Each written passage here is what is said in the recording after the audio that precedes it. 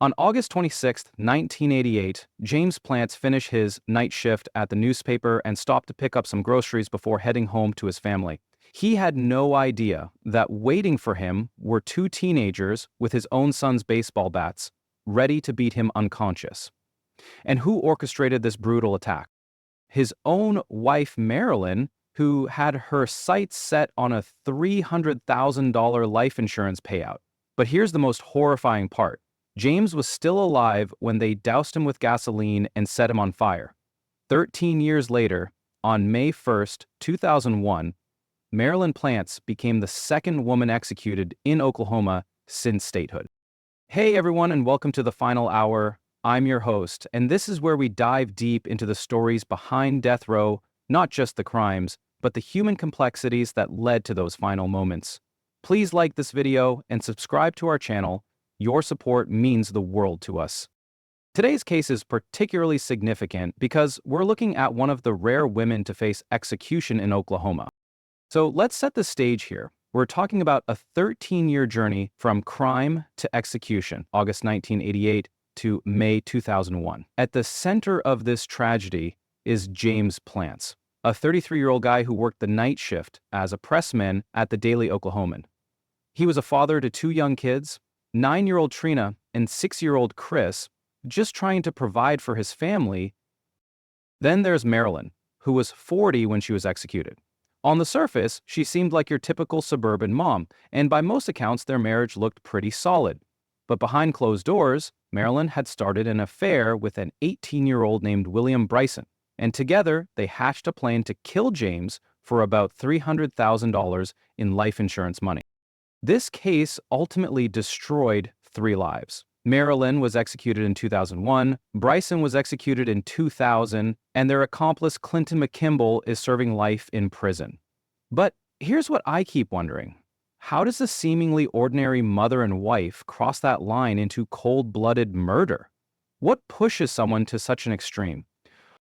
James Plantz worked hard, really hard. He'd clock in for his night shift at the Daily Oklahoman around evening time and wouldn't get home until about 4 in the morning. His family described him as devoted, the kind of father who'd come home exhausted but still make time for his kids. That routine of his, coming home in the early morning hours, would unfortunately make him the perfect target. Now, Marilyn's story is more complicated. She seemed to be living the suburban dream as a mother of 2, but something shifted when the family moved to Midwest City. That's where she met William Bryson, and we're talking about a significant age gap here. She was in her late 30s, he was just 18. Bryson had a friend, Clinton McKimball, also 18, and these two teenagers would become central to Marilyn's deadly plan. Here's what's really striking. Everyone said the Plantz marriage looked stable from the outside. Neighbors, family members, they all thought things were fine, but clearly something was brewing beneath the surface that nobody saw coming. Sometimes the most dangerous situations are the ones that look perfectly normal. All right, this is where things get really dark, so bear with me. Marilyn and Bryson didn't just wake up one day and decide to commit murder. This was planned out. They knew about James's life insurance policies, and they figured if they could make his death look like an accident, Marilyn could collect that $300,000 and they'd be set. The plan was to stage it as some kind of accident on his way home from work. But here's a detail that still gives me chills. They decided to use the children's baseball bats as weapons. Think about that for a second. These were the bats that 6-year-old Chris and 9-year-old Trina played with. And now they were going to be used to kill their father. So August 26, 1988 starts like any other night for James. He finishes his shift at the newspaper, stops to pick up some groceries, just a normal guy doing normal things. He pulls into his driveway around 4 a.m., groceries in hand, probably thinking about getting some sleep before the kids wake up. But Bryson and McKimball are waiting for him. The moment James walks through that door, they attack him with those baseball bats, while Marilyn and the children are in another room. After the brutal beating, Marilyn gives them a chilling instruction. Burn him. She wants it to look like an accident, remember? Here's where it gets even more horrific. James is still alive when they load him into his pickup truck and drive to a remote location. McKimble tries to blow up the truck by stuffing a rag in the gas tank and lighting it, but when that doesn't work, Bryson douses James with gasoline and sets him on fire. McKimble later testified that as they drove away, he looked back and saw James actually raise up in the seat while flames were shooting out of the vehicle. Meanwhile, back at the house, Marilyn is trying to clean up the blood and cover the stains with a rug. But here's the thing that would later prove crucial. The medical examiner determined that James died from smoke inhalation, which meant he was definitely alive when that fire started. This wasn't just murder, it was torture. You know what they say about the best laid plans? Well, Marilyn's scheme to make this look like an accident fell apart almost immediately. When investigators arrived at the scene of the burning truck, things just didn't add up. The location was suspicious. Why would James be way out there? The forensic evidence didn't match what you'd expect from an accidental fire, and there were inconsistencies everywhere they looked. It didn't take long for police to start digging into the Plantz family finances, and that's when they hit the jackpot, those life insurance policies totaling around $300,000. Suddenly, this wasn't looking like a tragic accident anymore. The arrests happened fast. Marilyn was taken into custody on murder charges the Monday after the crime. We're talking just 3 days later. Bryson and McKimble were arrested the very next day. The evidence was piling up quickly. Despite Marilyn's cleanup efforts, investigators found blood evidence at the house, witness statements started coming together, and that financial motive was crystal clear. But here's the game changer. McKimble decided to flip. Facing the possibility of the death penalty himself, he made a deal with prosecutors to testify against Marilyn and Bryson in exchange for a life sentence. His detailed testimony about how they planned and carried out the murder would become the backbone of the prosecution's case. When this case went to trial, the prosecution had a pretty straightforward strategy: prove this was premeditated murder for money and show just how brutal and heinous the crime really was. They had the insurance policies as clear evidence of financial motive, they had the blood evidence showing the cleanup attempts, and most importantly, they had McKimble's testimony laying out exactly how the whole thing was planned and executed. And what was the defense? Well, they were facing an uphill battle from day one. With McKimble's detailed testimony and all that physical evidence, there wasn't much room to maneuver. They tried their best, but the evidence was just overwhelming. What really sealed the deal for the death penalty were the aggravating circumstances. First, this was murder for remuneration, basically killing for money. Second, and this is the big one, the especially heinous, atrocious, and cruel nature of burning someone alive. The jury heard testimony that James was conscious when that fire started. And that's something you can't unhear. When it was all said and done, the jury found Marilyn guilty on multiple charges: first-degree murder, third-degree arson, solicitation to commit murder, and conspiracy to commit murder. Both Marilyn and Bryson received death sentences, while McKimble got life in prison as part of his cooperation deal. McKimble's testimony was absolutely devastating. He walked the jury through every detail of the planning, the attack, and that horrific moment when they set James on fire. His willingness to testify in exchange for avoiding the death penalty gave prosecutors the inside story they needed to secure those death sentences.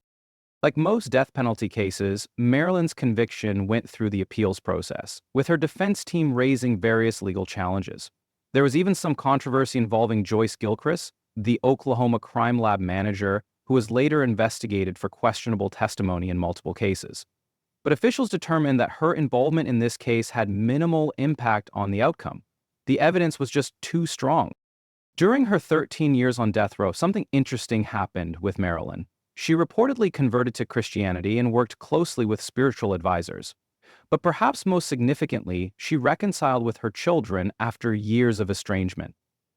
Her daughter Trina had been estranged from her for 13 years. But both Trina and her son Chris eventually started visiting her again.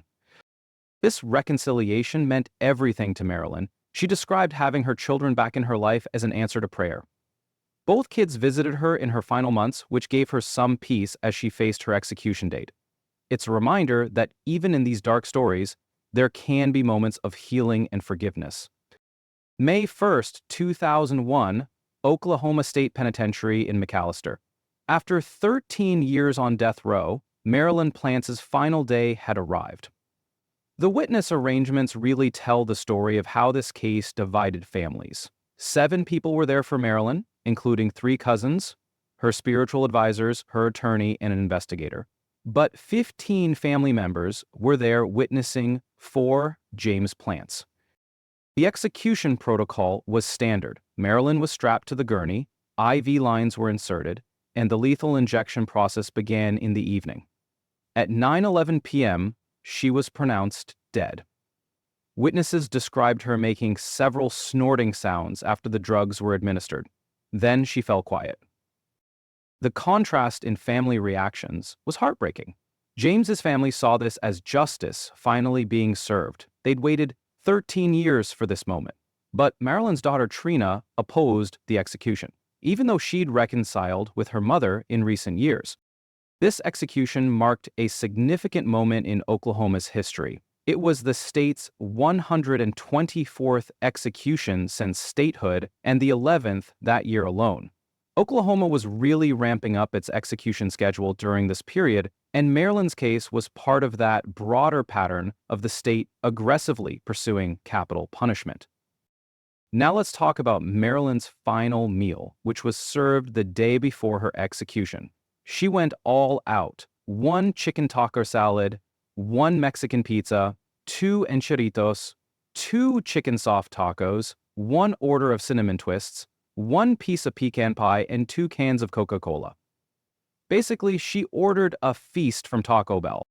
You know, final meal choices always fascinate me because they often reveal something personal about who someone was. Maybe this was comfort food for Marilyn, or maybe these were just flavors that brought her some kind of peace. Compared to some inmates who choose simple meals or even refuse to eat, Marilyn's choice was pretty elaborate, almost like she was trying to savor every last taste. Marilyn's final statement was deeply religious and focused on love and redemption. She said, "I would like to thank my family and my witnesses for their love and support. I love my children, Trina and Chris, very much. I would like everyone to know that God loves them. You can be born again and know the love of God. I love you all. Thank you." What strikes me about these final words is what's not there.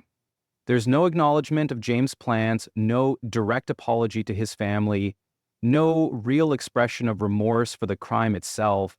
Instead, her focus was entirely on her Christian faith, her love for her children, and her message about God's love and being born again. Marilyn Plantz holds a unique place in Oklahoma's history. She was only the 2nd woman executed in the state since statehood, following Wanda Jean Allen earlier that same year in 2001.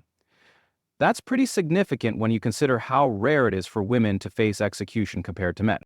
What made this case particularly notable wasn't just the gender aspect, though. You had the insurance motive, which always grabs attention, the involvement of teenage accomplices, and that absolutely brutal method of murder. Plus, that 13-year gap between crime and execution really allowed the case to develop layers: the appeals, the family reconciliation, the religious conversion.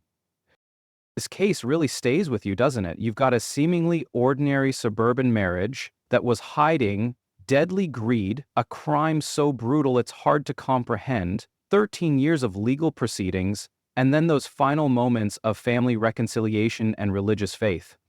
It's a perfect example of how complex human nature can be and how devastating the consequences are when greed drives someone to murder. And I'd love to hear your thoughts on this case. What do you think about the death penalty in situations like this, or the role that family reconciliation played in Marilyn's final years? Drop your comments below, and if you want to hear more stories like this, make sure to subscribe. Thanks for watching, and remember, every victim in this tragedy deserves to be remembered.